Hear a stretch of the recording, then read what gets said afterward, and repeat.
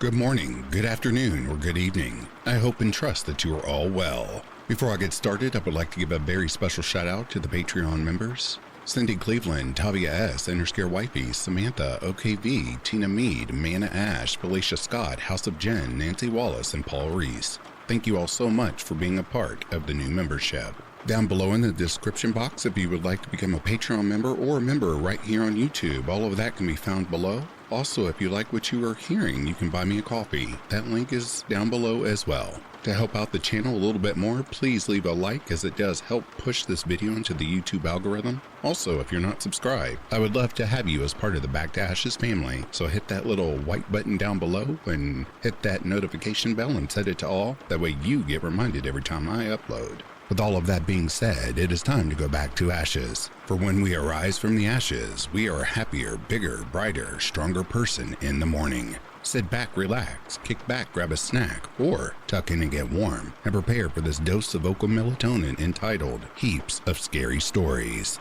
Right after this intro, an ad will play. I'll read the first story, another ad will play, and there will be no more ads placed within this video.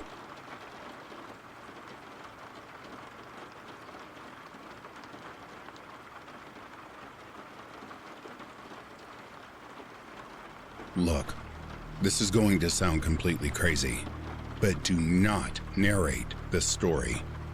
Don't narrate anything else I've ever written, either. I don't know what the hell is going on here, but every narration that's ever been created of my work has been, well, I was told they're having an absolutely bizarre effect on anyone who listens to them. I noticed a few days ago that the newest comments are all just psychotic gibberish about murder and mayhem. I didn't think too much of it at the time. You know, just sort of a general, people are so weird kind of thing. But then, I got paid a surprise visit by the FBI yesterday. They took my laptop and my phone, just busted in my door, shoved me to the floor, and started searching my house. When they were done, they set me down and strictly warned me to not allow any more narrations of my work until further notice. No, I'm not shitting you. This actually happened. I couldn't believe it wasn't either an elaborate practical joke or a mistake. But nope, they definitely weren't joking. I was told to stay at home and wait for further instruction. When I demanded to know what the hell was going on, I was told, lives are at stake, many lives. Do as you've been told or suffer the consequences. So I implore you all, please don't narrate my work. I think they're working on getting all the currently existing videos and podcast episodes deleted, but it might take a few days. In the meantime, just stay away from any audio with my name on it, okay? I don't understand what's happening here, but they didn't say anything about writing.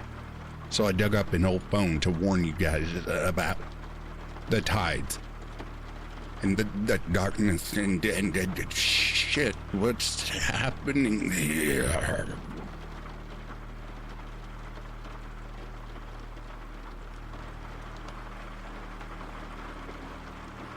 I sat there motionless, awaiting the first sliver of sunlight from the crack of my blinds.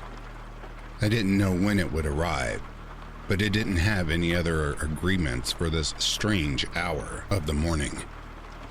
I crept towards the window, being quiet so I wouldn't wake up my mother and father downstairs. I opened my blinds to see a darkness. The darkness called for me. A red sky with folds and darkness reaching the surroundings. A twisted scarlet of night. Who knew what hour it was? As I reached for the handle of the old wooden window, a sharp opening of the front door could be heard. In this vintage home, as my mother puts it, everything makes noise. I heard faint footsteps that only got louder by the second. I raced to bed and covered myself with my knitted blanket. I know that I could never close my eyes. The blanket weighed me down, the warmth being suffocating, but It would have to do. My door creaked open. I slowed my breathing, although the blanket already did that for me. Through the holes of the itchy blanket, I snuck a quick peek, and it was the worst decision of my life. I saw 2 sunken sockets from a corpse's head look at me and query. I was shocked. My bones chilled as the blood from the sockets dripped onto my white sheets. I looked back at the dark eyes, realizing it was the same darkness as the outside. The scarlet folds, dark rims. Just what was I looking at before? And then it held me down. One hand was pushing the heavy blanket into my mouth, the nails digging into my scalp. The other was scratching something deep into my arm. As I tried to scream, less air was getting into me. When the scratching finished, I rose to see a closed door, and I heard the door slam every single night after that. I can't sleep. I never used to like sleeping. That's why I was up at that hour. But I just feel like I'm going crazy. What did the scratches look like? They said, until the sunrise. Wow, that's really strange. Does this maybe relate to anything that has happened previously in your life? No, I don't really think so. Is there a history of mental illness or hallucinations in your family?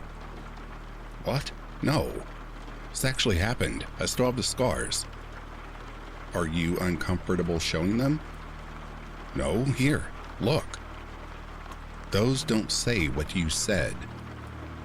The boy looked down at his arm. It says, let me look. I don't know what happened. I swear to God it said. The therapist's eyes were gone, blood dripping down her pink blouse, scarlet in darkness. Come here. Let me get a better view. The boy was frozen in his seat. He began to scream for anyone to help him, begging those who had most likely already turned. Come, boy. We must stay awake until the sunrise, so in the morning we can see. What are you talking about? The boy screamed in terror. Her hands wiped the blood from her sockets. Don't worry. He returns them.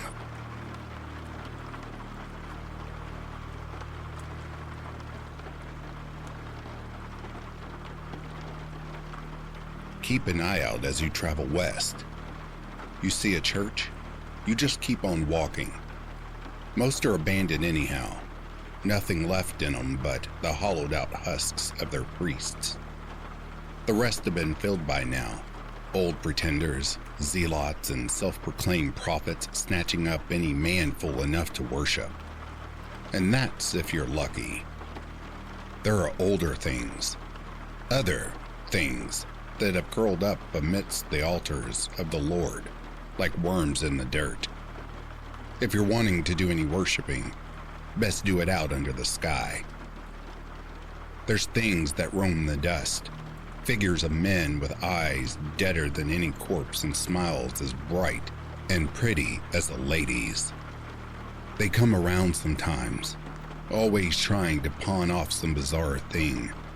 Elaborate crowns made of rusted nails, gold lockets with strange portraits inside, letters that can't be read without getting a deep pounding in your head, and keys rusted with so much blood, it'd be a wonder if they turned anything at all. Now, I've seen what comes for folks who trade with them, and I'll tell you this, wherever they got their goods, it sure as shit wasn't from here. You'll be hearing now about the oil baptisms, I'm sure. Black seawater dredged up from some abyss, thicker than any water I've ever seen, and you can smell it long a mile away.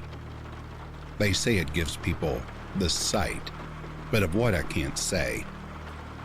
All I know is that once you start smelling that briny shit on the wind, the screaming don't start long after. Be careful what deals you make out here. There's plenty of strange folk who would be more than glad to work you down to the bone and long after, too. Work is work. Crops need harvesting, graves need digging, meat needs carving, and idols need worshiping. Watch your words and read your contracts, else you might just be stuck washing the feet of the righteous until doomsday. Best stay indoors once night comes. That's when a lot of the families start moving out. They take to the roads, long lines of them, a parade of the ugliest sons of you've never seen. In the daylight, their skin never fits quite right and stinks to high heaven. But once the sun dips past the trees, they start taking it off. They move from place to place, sloughing off their decayed flesh and stealing off any new traveler they come across. Lock your doors and put out your lights before they come knocking on your door, asking sweetly, "Do you have anything I could wear?" I am of the opinion that the woods ought not be traversed by folk who ain't been galled there. Keep to the roads and towns. There's enough foul mess there if it's strangeness you're looking for.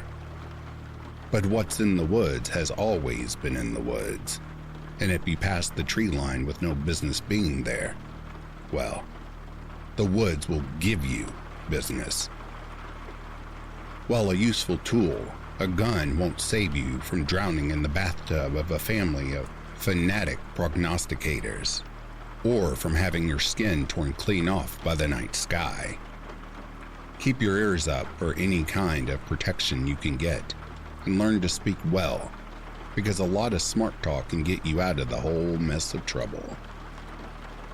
Keep on moving, friend.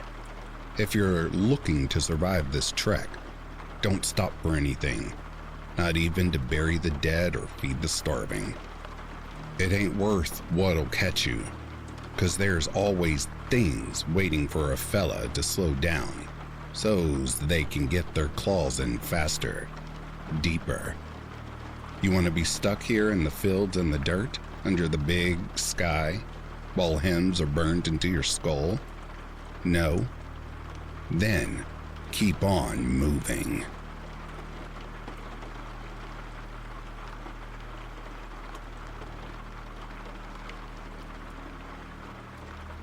The sun was setting as Emily sorted through her mail. She stopped at an envelope with a picture of a lush forest and the words, "Join us on a hiking adventure," written in bold letters.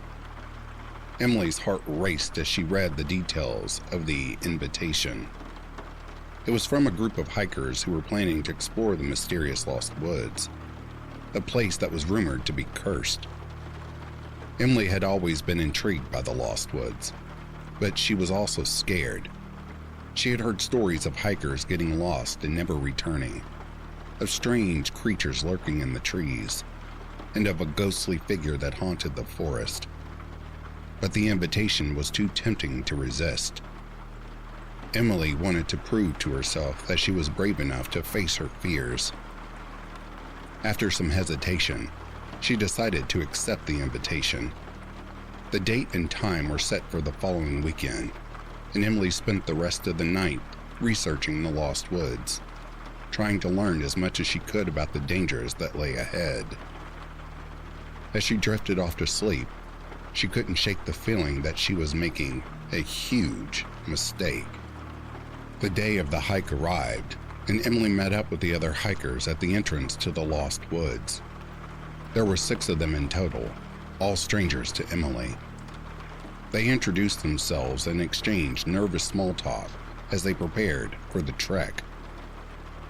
The first part of the hike was relatively easy, with the group following a well-worn trail through the dense foliage. Emily marveled at the beauty of the forest, with its tall trees and vibrant undergrowth. But as they ventured further into the woods, she began to feel uneasy. The trees grew thicker and more twisted, blocking out the sunlight, and casting deep shadows across the forest floor. Strange noises echoed through the trees, and Emily couldn't shake the feeling that they were being watched. The other hikers seemed to sense it too, as they grew quieter and more tense. Suddenly, they heard a loud cracking sound, and Emily jumped. One of the hikers had stepped on a branch, causing it to snap. They all stopped and looked around nervously, but there was nothing in sight. "Let's keep moving," said the group leader, a tall man named Jack. "We need to reach the campsite before nightfall." As they continued down the trail, Emily felt a growing sense of dread. The forest was not what she had expected it to be, and she couldn't shake the feeling that something was very wrong in the Lost Woods. The group had been hiking for several hours when they realized that they lost the trail. Panic set in as they tried to retrace their steps, but everything looked the same. Emily's heart raced as she thought about being lost in the woods overnight. The other hikers were starting to argue, blaming each other for getting lost. "We need to find a place to set up camp," said Jack. "We can't keep wandering aimlessly in the dark." Just then, they stumbled upon an old, abandoned cabin. It was dilapidated, with boarded-up windows and a sagging roof, but it was better than nothing. "Let's stay here for the night," said Jack, and the other hikers reluctantly agreed. As they settled into the cabin, Emily couldn't help but feel uneasy. The air was thick with the smell of mold, and the floorboards creaked underfoot. She tried to make the best of the situation, setting up her sleeping bag in a corner and pulling out a granola bar to munch on. But as the night wore on, strange things began to happen. The group heard rustling outside the cabin, and they heard eerie whispers in the wind. They started to see strange symbols etched into the walls of the cabin, symbols that they couldn't identify. Emily tried to brush it off as her imagination, but the feeling of unease only grew stronger. She realized that the Lost Woods were more dangerous than she had ever imagined, and that they might never make it out alive. The night in the cabin was long and restless for Emily and the other hikers. Strange noises continued throughout the night, and they all felt like they were being watched. As dawn broke, they were relieved to see the sun rising and to be able to leave the cabin behind. As they resumed their hike, the forest seemed even more sinister than before. The air was thick with mist, and they could barely see a few feet in front of them. Emily felt like they were being led in circles, with the same trees and bushes appearing over and over again. The other hikers seemed just as lost and disoriented. Suddenly, they heard a blood-curdling scream. They all froze, unsure of where it was coming from. Emily's heart raced as she tried to identify the source of the sound. Then, out of the corner of her eye, she saw a dark figure moving in the trees. It was fast and elusive, disappearing as quickly as it had appeared. She tried to tell the other hikers, but they brushed it off as her imagination. But the feeling of being watched only grew stronger. Emily felt like they were being followed by an unseen presence, something dark and malevolent that was closing in on them. She knew that they needed to find a way out of the Lost Woods, and fast, before it was too late. Emily's fears were confirmed when they stumbled upon a clearing in the woods. There, they found evidence of a previous campsite, a tattered tent, discarded camping gear, and an abandoned backpack.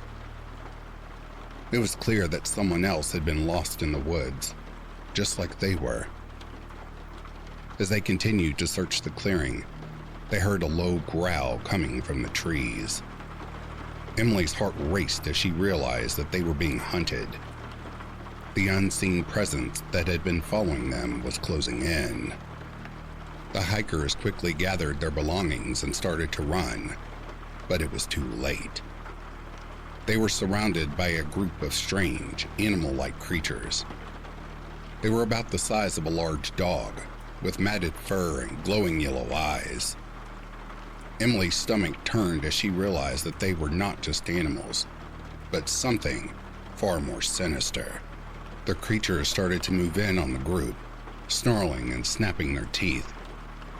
Emily tried to run, but one of the creatures lunged at her, knocking her to the ground. She screamed as it pinned her down, its hot breath on her face. Just when she thought it was over, she heard a loud gunshot. The creature fell to the ground, and Emily looked up to see Jack holding a smoking gun.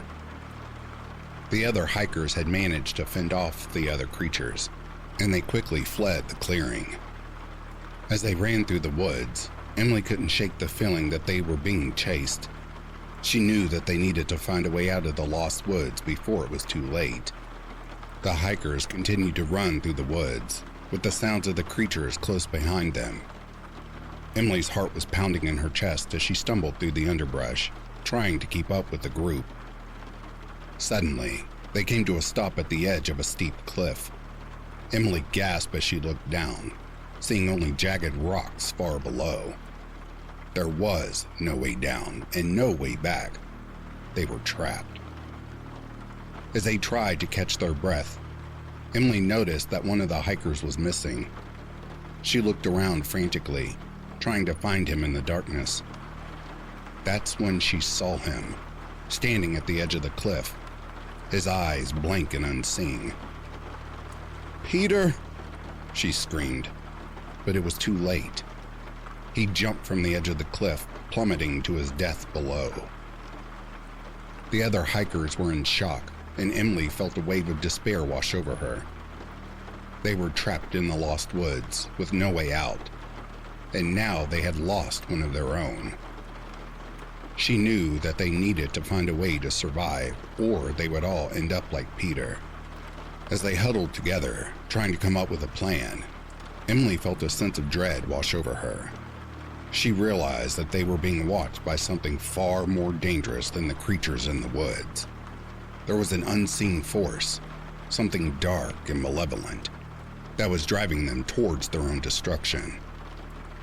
Emily knew that they needed to make a sacrifice to appease the force that was watching them.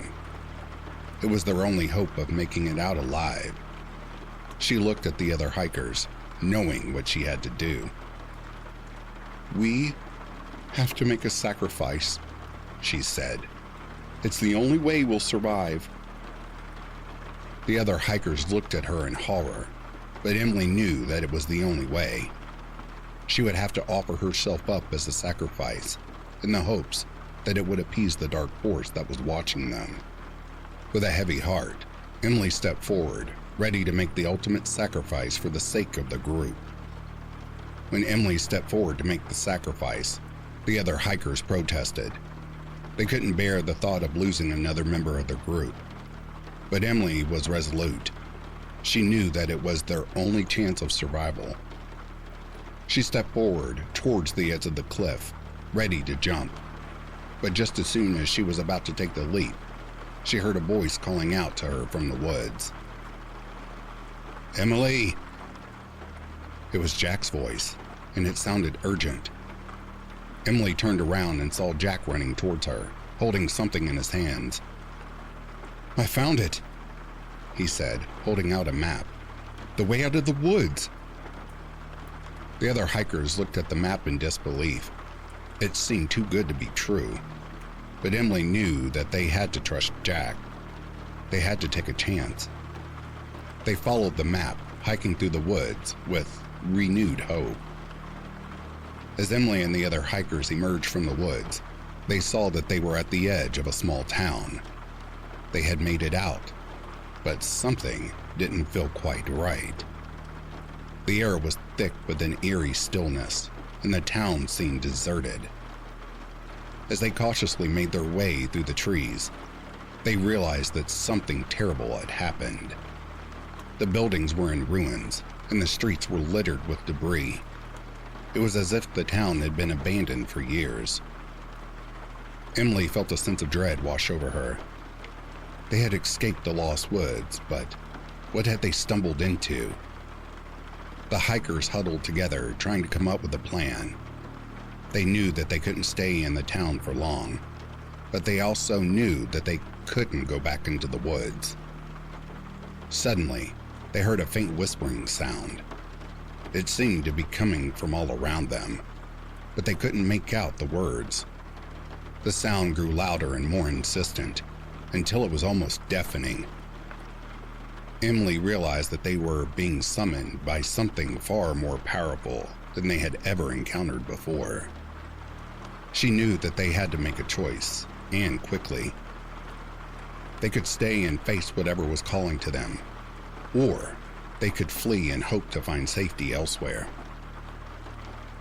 As the hikers debated their options, they saw a figure approaching them from the shadows. It was a woman, dressed in tattered clothes, with wild hair and an expression of terror on her face. "Run!" she screamed as she stumbled towards them. "You have to get out of here!" But before she could say anything more, she was pulled back into the darkness by an unseen force. The hikers were frozen in fear, unsure of what to do next. As they stood there paralyzed, the whispering grew louder and more insistent. Emily knew that they had to make a decision, and fast. With a heavy heart, she turned to the other hikers and whispered, "We have to go back into the woods."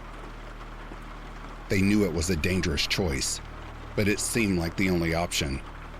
They turned and ran back towards the lost woods, hoping that they would find safety within its depths.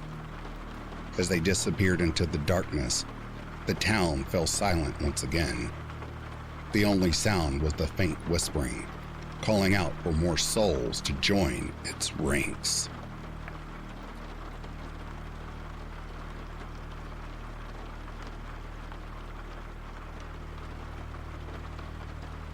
I was traveling through Eastern Europe at the time and heard about a curse involving a hitchhiker on an abandoned road. I was the kind of person who ran towards shit like that. I wish I hadn't. The road was on the outskirts of a town, and the locals gave me a good warning about it. The warning was simple. Once the sun drops, don't drive down Zavotska Road. I asked if that was because of looters or gangs or punk kids, but the locals said, no, it was because of the curse of Ichna, which is Ukrainian for the hitcher. They warned me not to just think about myself, but also my friends and family. I was curious, but lied and said I'd take their warnings. That night, I went for a drive to Zavotska Road. On the map, it showed the road started and finished with dead ends that had offshoots left and right. Zavotska was 6 kilometers long, but a straight line distance between its beginning and end was only 1 kilometer.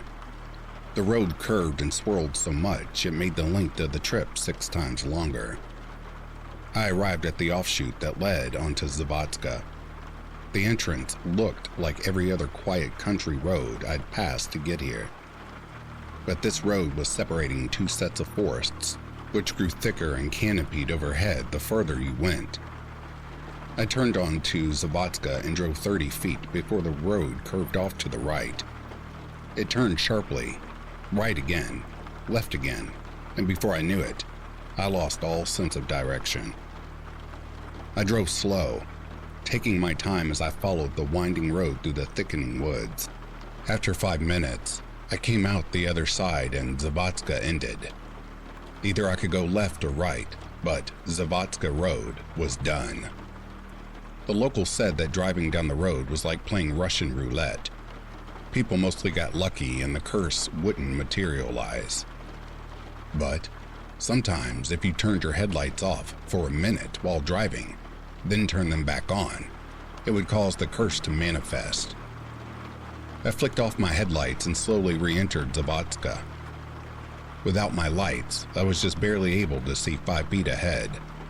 A minute passed, then 2. I turned my lights back on, and immediately saw something ahead. A figure was standing to the right of the road. Its arm was out, thumb up in a hitchhiking position. I drove closer and made out the details of the figure. It was a man, a homeless vagrant wearing a priest's outfit with a dirty collar. His hair was dark and wild and his eyes were demented. His face was covered in bloody wrinkles. I couldn't tell if he was smiling or screaming. Within seconds of seeing him, I'd sweat through all of my clothes. I pushed the gas down to speed by him, but it had the opposite effect. My car slowed. I slammed the gas pedal, stomped it, kicked it, but the car crept along, idling up next to the hitchhiker. The hitcher came right up to the window, pressing his bloody, wrinkled face against it. His smile pushed through the glass without breaking it, and I felt his cold breath on my face. His eyes shimmered like a cat's with an orange glow. At this point, I'd realized, somehow, I'd confused the gas pedal with the brakes and switched my feet. I hit the actual gas and peeled away, leaving a bloody wrinkle smear across the passenger side window. I whipped around the next corner, and the hitcher disappeared from my rear view, but he reappeared 3 more times along the side of the road as I tried to get off Zavatska. Finally, I reached the entrance and got onto the next road, and the next, and before I knew it, I was back in the village. I went to my hotel, got my things, and cut my vacay short.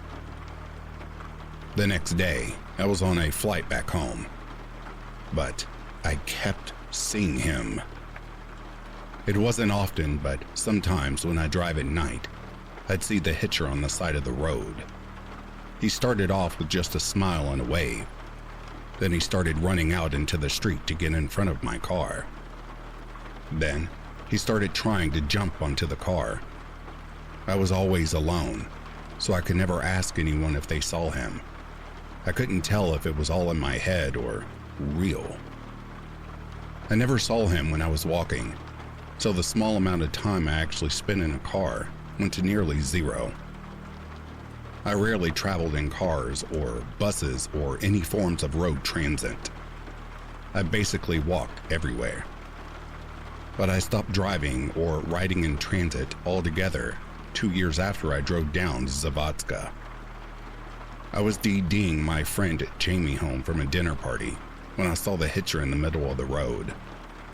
I swerved to avoid him and figured Jamie thought I was crazy. But Jamie saw the hitcher too. He described the hitcher's priest-like outfit and wondered why he was in the middle of the road, raging at me.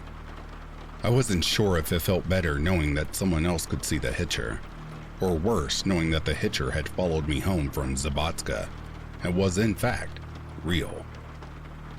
A week later, Jamie called me and told me he'd seen the hitcher again when he was out for a drive with his wife. She'd seen him too. A few days after, they both died in a freak car accident. I haven't stepped into a car again since. But last week, I rode the city bus for the first time in years. And the second stop after I got on, I saw him. The hitcher. He was on the side of the road, and he had my friend Jamie with him and Jamie's wife, who were both badly decomposed but not dead. I could see them weakly struggling, but they were being held up by the back of their necks by the hitcher, who was in complete control. The hitcher made the 2 bodies move around like grotesque ventriloquist dummies, as he himself laughed and danced. We drove past the spectacle, and I realized everyone on the bus was staring at the hitcher too.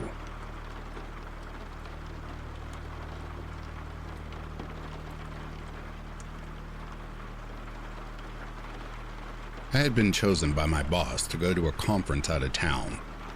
I felt excited at first that I would get out of town for a few nights. I lived in a city that was rather small, so the idea of going to a more metropolitan area was refreshing. I was looking forward to trying new restaurants and doing a little exploring of the shopping scene. I was hoping that my hotel would be closer to downtown, but unfortunately, I had found it to be a little out of the way. It was listed as a hotel online and had some pretty nice pictures, but when I got there, it had more of a run-down motel vibe. The first day of the conference was long. It was a lot of socializing with people from other companies, mostly small talk. Once I got to my hotel room, I set my bag down on a dresser. Then I went to strip off the comforter because only God knows what amount of times it has actually been washed. I looked down at the comforter that was now in a heap on the floor and saw that the bottom part of the comforter had a dark stain on it. It was faded, so I knew the comforter had been washed at least once. I further inspected the sheets on the bed and didn't see any other stains. I kicked off my shoes and lay down on the bed. I began to scroll on my phone, and when I realized 1 hour started to creep up to 2, I hit the lock button on my phone and set it down on the bed next to me. I stared up at the ceiling. I didn't really focus in on the popcorn effect of the paint until I saw one of the bumps start to move. Something was crawling along the paint. I squinted and realized it was an orange bump, more commonly known as a ladybug. I thought it was a little strange that it was on my ceiling, but it was the middle of October, so it probably wasn't that strange after all. I went to the bathroom and grabbed a wad of toilet paper, preparing to take a life. I wasn't a big fan of killing things, no matter how small. I hated bugs being in my space, but I also didn't believe it was necessary to kill them. Apparently, I haven't always been this way. According to my mother, when I was a child and there was a bug in the house, I would volunteer as tribute. She also said half the time I would run up to the bug and vice grip it between my thumb and pointer finger, before she even had time to hand me a tissue. She told me that ladybugs had been my favorite insect to kill, because I had liked the way the shell crunched between my fingers. I have no memory of this. I returned to the bed and jumped up on it to try and reach the ladybug. Of course, I was too short. I felt stupid thinking that I could have reached him. I pathetically attempted to jump up and grab him. He began to crawl away from me. I tried to jump higher, reaching desperately up to the ceiling, barely even touching it. I had gotten too close to the edge of the bed and jumped up to reach it for one last time. I landed one foot on the bed, but the other foot missed and violently threw my body off balance. I fell awkwardly onto the crunchy carpet, just barely missing the dresser. When I hit the floor, I heard something. It sounded like a little boy had let a giggle escape. I felt a sudden intense fear of being watched. I looked around the room, but obviously didn't see anyone. I ran to the window. It had been slightly cracked open, and there was a group of high school-aged boys in the parking lot. I assumed they had been staying there for a sports tournament or something because I could see multiple of them wearing blue and white Letterman jackets. They were laughing and chasing each other around the lot. I went to close the window and saw that there had been a slight tear in the screen. I assumed that was how the ladybug had gotten in.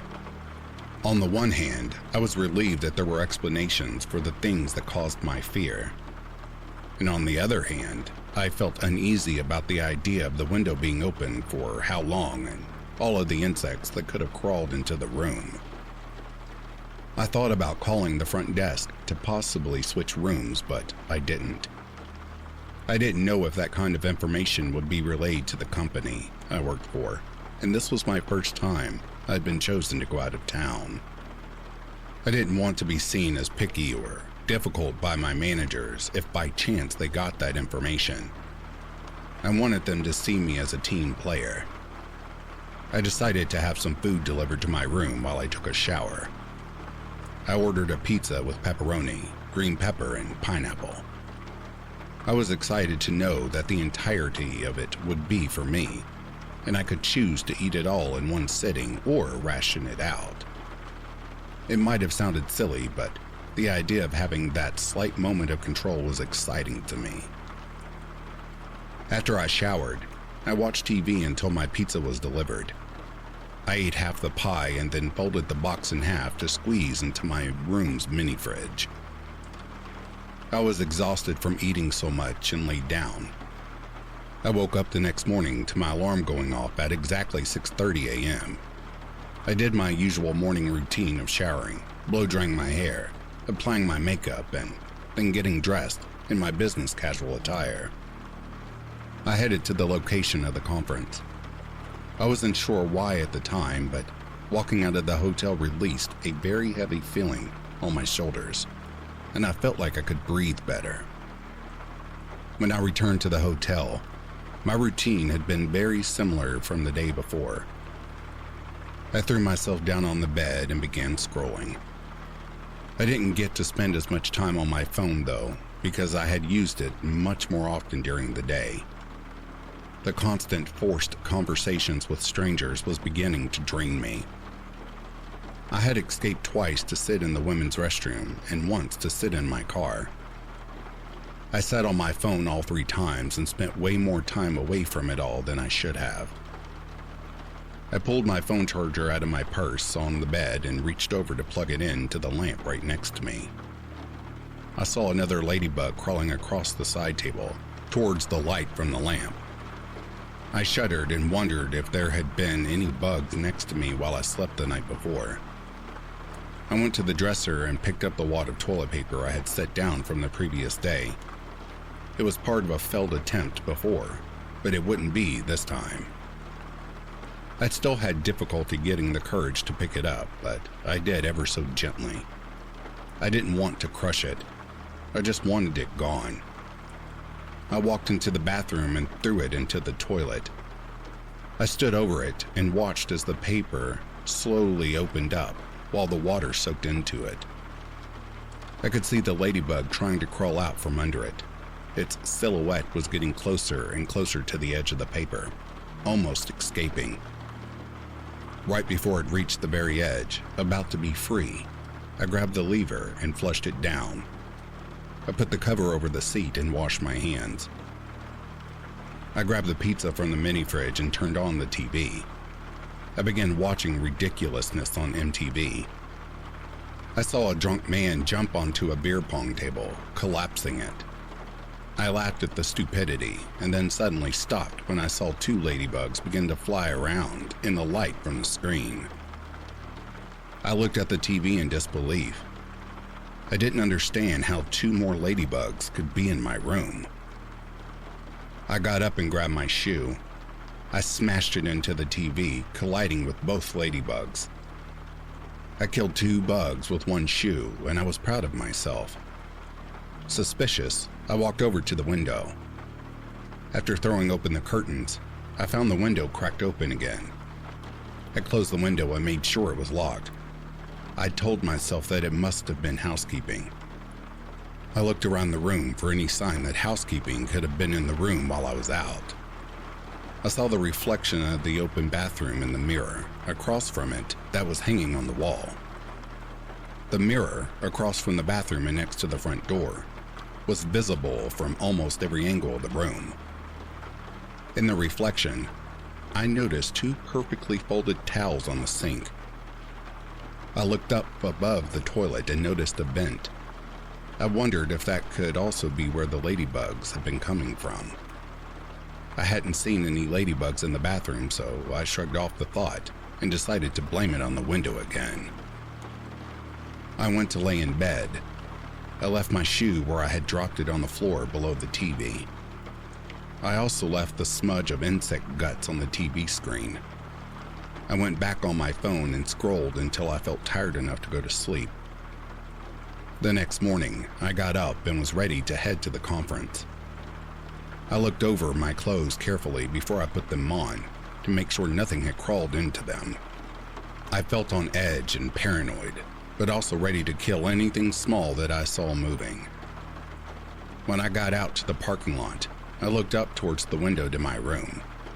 The curtains and window were still visibly closed from the previous night.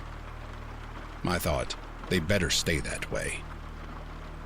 When I returned from the conference, I looked down and inspected the bed before laying down on it. I was exhausted from the day of socializing, but I wasn't careless. I closed my eyes, afraid that I was going to see a ladybug crawling on the ceiling. It took me a couple of minutes before I felt the urge to open them. I got a familiar feeling, like I was being watched. I opened my eyes and saw no ladybugs on the ceiling. I looked over at the nightstand and saw nothing crawling on top of it. I looked at the TV and saw nothing swarming around the screen. I nervously peered over at the mirror that gave me a full view of the bathroom and its reflection. Nothing. I felt silly. Not ready to give up, I walked over to the window and pulled open the curtains. I looked down and saw that the window was fully closed. I even tugged on it to see if it had been unlocked, but it didn't budge. I walked over to the bed and laid down again. A little defeated, I became quickly bored. I started scrolling on my phone again. I had gotten to Twitter and began reading a tweet from Chrissy Teigen. I scoffed after realizing her hiatus from the app was very short-lived, and everyone knew it would be. It seemed all too common for celebrities to make big declarations on how they will remove themselves from toxic situations. Chrissy Teigen felt targeted and bullied, so she left Twitter. Sometimes I get annoyed by all the back and forth. Someone famous does something wrong. Thousands, sometimes millions of people swarm their social media accounts, telling them that they are horrible people, that they should be ashamed of themselves. Sometimes people even tell them that they should die. It is a horrible cycle. The celebrity will then take a step back from social media, but then come back to it. But the people who were swarming their social media are just waiting, all for the cycle to just happen again. They may leave, but they always come back. They always come back. They always come back to the hate and the... I was lost in my own train of thought when I almost let out a scream. A ladybug started to dive bomb my phone screen, attracted to its light. I threw my phone across to the other end of the bed, but it bounced off and hit the floor with a thud. I looked all over myself to see if the ladybug had landed somewhere on me, but it disappeared as soon as it had appeared in the light of my phone. I got up and started looking around the room again. That's when I saw another ladybug, crawling on the mirror.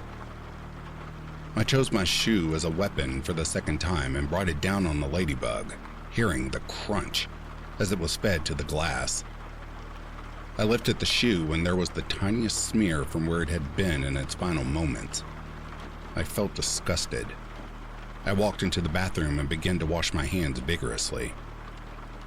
I then started to strip off my clothes, deciding a shower was the only way I would feel clean.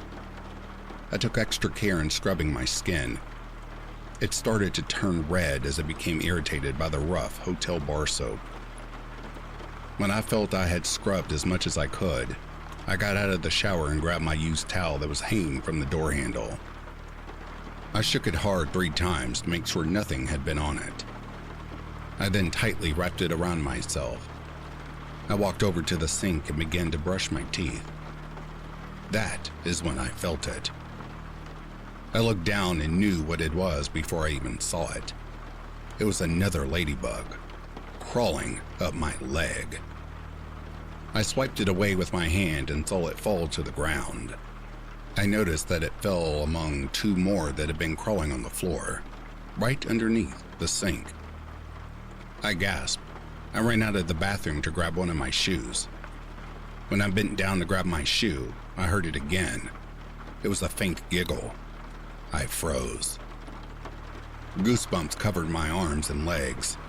I felt nauseous from being overwhelmed. I didn't know what to do. Then the light in my room turned off. I ran to my bed and grabbed my phone to turn the flashlight on. I began waving my phone around the room. I didn't know what I was looking for, but the fear I felt was starting to take over. I was shaking. Think logically, think logically, think logically. I began to think over and over to calm myself. I was panicking in my locked hotel room. There was probably just a power outage. I was freaking out for no reason. I started to walk back towards the bathroom with my phone light leading the way. That's when I noticed it. I was about 5 feet away from the hotel room door, and the light switch was right next to it, pointed down. I had flicked it up when I had returned from the conference.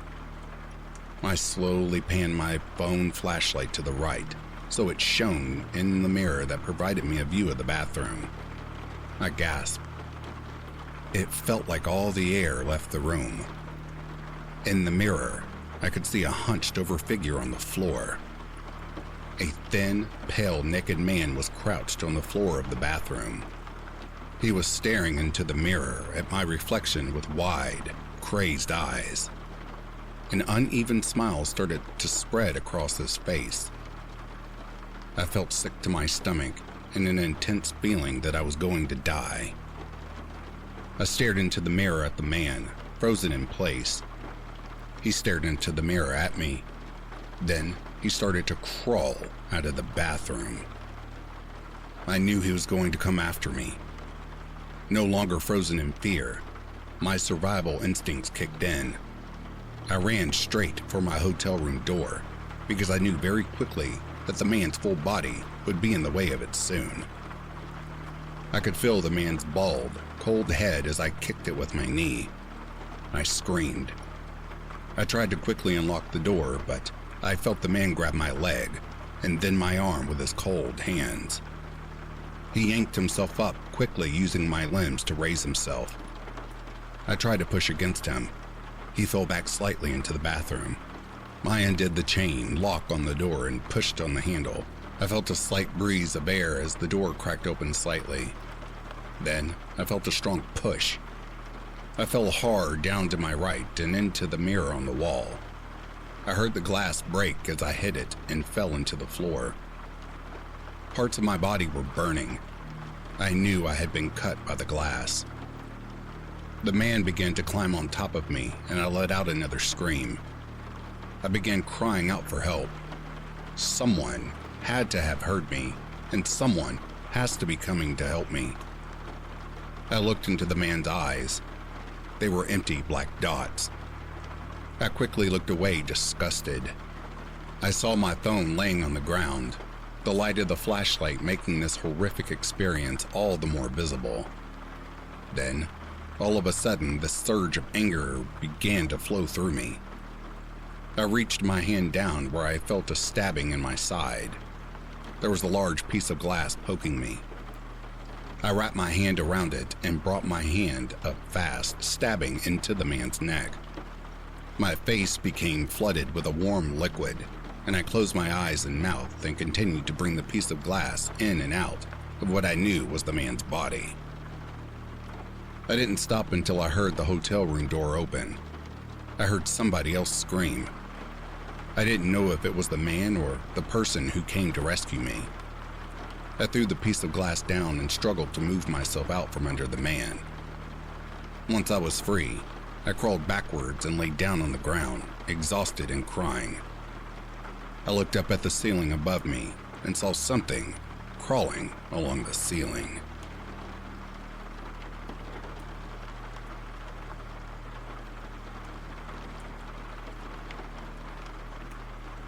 I don't like the deep yawning corners of the world. I'm not talking about caves or black pits. I'm talking about the empty hallways that stare back, the dark corners of your room, and the emptiness just outside your door. These places don't scare me as much as they unsettle me. There's just something not quite right there. You can imagine how hard nights must be for me. The irony. I was born a night person. My body is lethargic during the day and active at night. I'm like a vampire, but instead of blood, I drink diet soda. The bulwark against my own fear, I wander the net. looking for something to take my mind off the creeping dark in the nooks and crannies of my home. I try and I fail. The reality is that, like most people, I'm attracted to whatever confirms my suspicions and my anxieties. I go down rabbit holes of data collections, mysterious disappearances, and anything that says yes, there is something more inside that void. I think it's just human nature. We want to dive deep into the esoteric and unknown to turn it into the mundane and known. It was on one of these nightly ventures that I found a most disturbing snippet, a lost live stream. It was on a darknet forum where people posted links to unsettling videos. Mostly it was your run-of-the-mill violence, decapitations, skinnings, encounters with the supernatural. Nothing we haven't all seen before, I'm sure. Somewhere close to the bottom, I found a clip that looked like it came from a popular streaming website. The thumbnail was the close-up of an empty doorway. Most intriguing was the title left by the poster, and then responding comments. "Can you see it?" With most of the replies being a variation of "no" and one "yes." The video started with a close-up of the streamer. His chat was in a little window to the side. Already, there was a frantic worry in the chat. He's been there days. Is he still there? How long has it been now? The streamer himself was rambling about shadows, occasionally interacting with the chat to dampen their worries. He kept rambling about shadows until something off-screen alarmed him.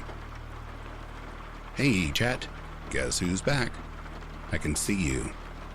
Why are you just staring at me?" the streamer said with this something like renewed vigor or conviction. The crazy man saying, "See? I told you it was real." He flipped the camera around to an empty doorway. The darkness beyond the ruined threshold was a void. It was the kind of darkness with eyes and a heartbeat.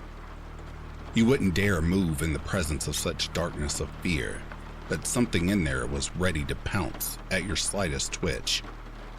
I say all of this, but there was nothing there. Most of the chat was bemoaning him. "There he goes again. There's nothing there. Stop." Sad emoji. Intermingled were the few who saw.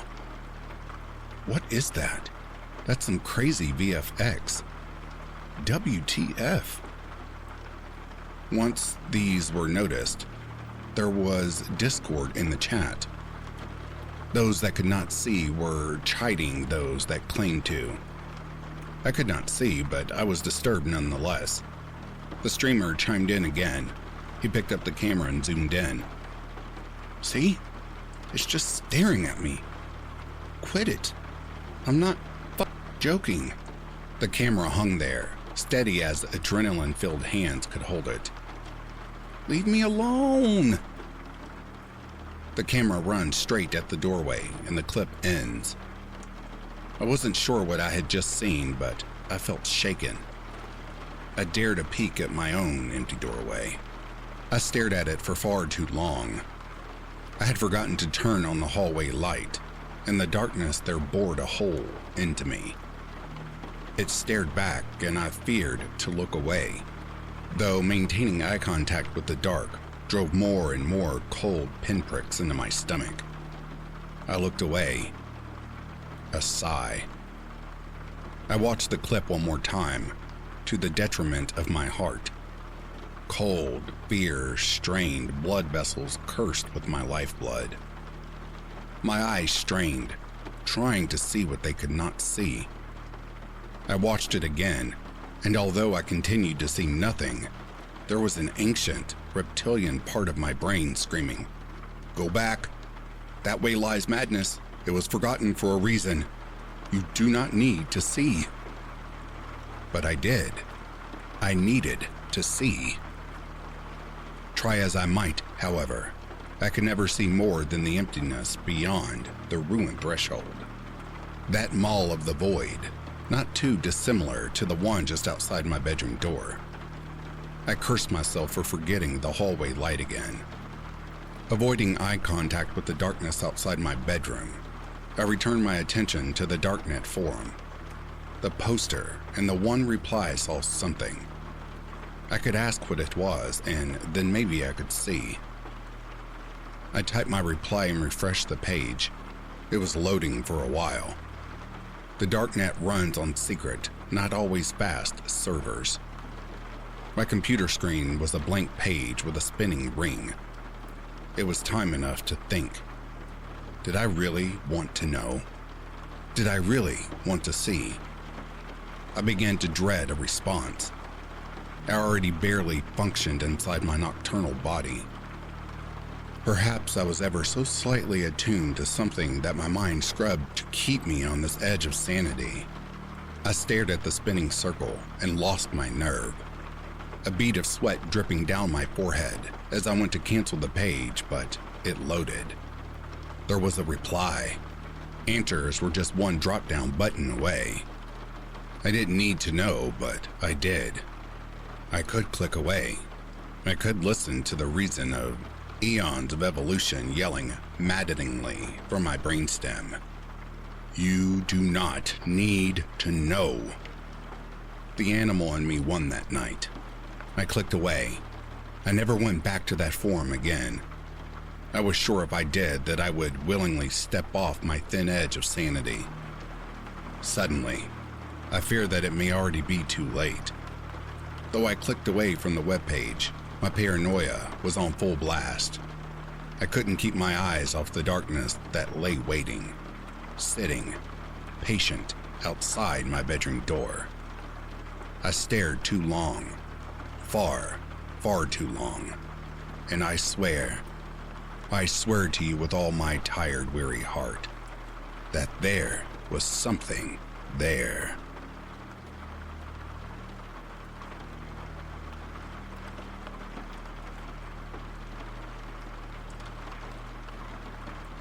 Hello and welcome to the Brownsburg Doctor's Office. We understand that you may have some concerns about our history, so here are a few rules to ensure your safe visit. 1. When choosing your seat in the waiting room, you may notice an old woman with glasses and a hood over her face. You may sit next to her, but make absolutely sure you do not acknowledge her existence in any way, or there will be consequences. 2. Always remember to bring a mechanical watch or some other time-telling device that cannot be tampered with remotely. This is so if you notice that the time on the clock is off, you can hopefully escape before it's too late. 3. When sitting in the waiting room, you may notice that the same song has been playing on the speakers for quite some time. In the event this happens, immediately cover your ears and do not listen to the lyrics. If you do, let's just say you'll be wearing a straitjacket for a while. 4. If the nurse enters the room, make sure that she says your name absolutely correctly. If she mispronounces anything, or pauses or stutters, push the person next to you up out of their seat so it will think they are you. It's you or them at this point. 4A. If the nurse does manage to correctly say your name, but says you will be meeting a Dr. Anderson, refer to Rule 4. 5. If you manage to make it to the hallway and are ready for your checkup, make sure that, whatever door number the nurse tells you, subtract 2 from it, and you should be okay. If you do this, but the number on the door is red instead of the normal color, turn around, pull the fire alarm, and run. You now have a slim chance of survival, but it's better than nothing. 6. If you manage to make it through your checkup, the doctor will offer you a sucker. Do not take it. If you do, the poison is worse than death. And that's it. Just follow these simple rules and you'll be guaranteed to have a safe checkup. Sincerely, Brownsburg Medical Services.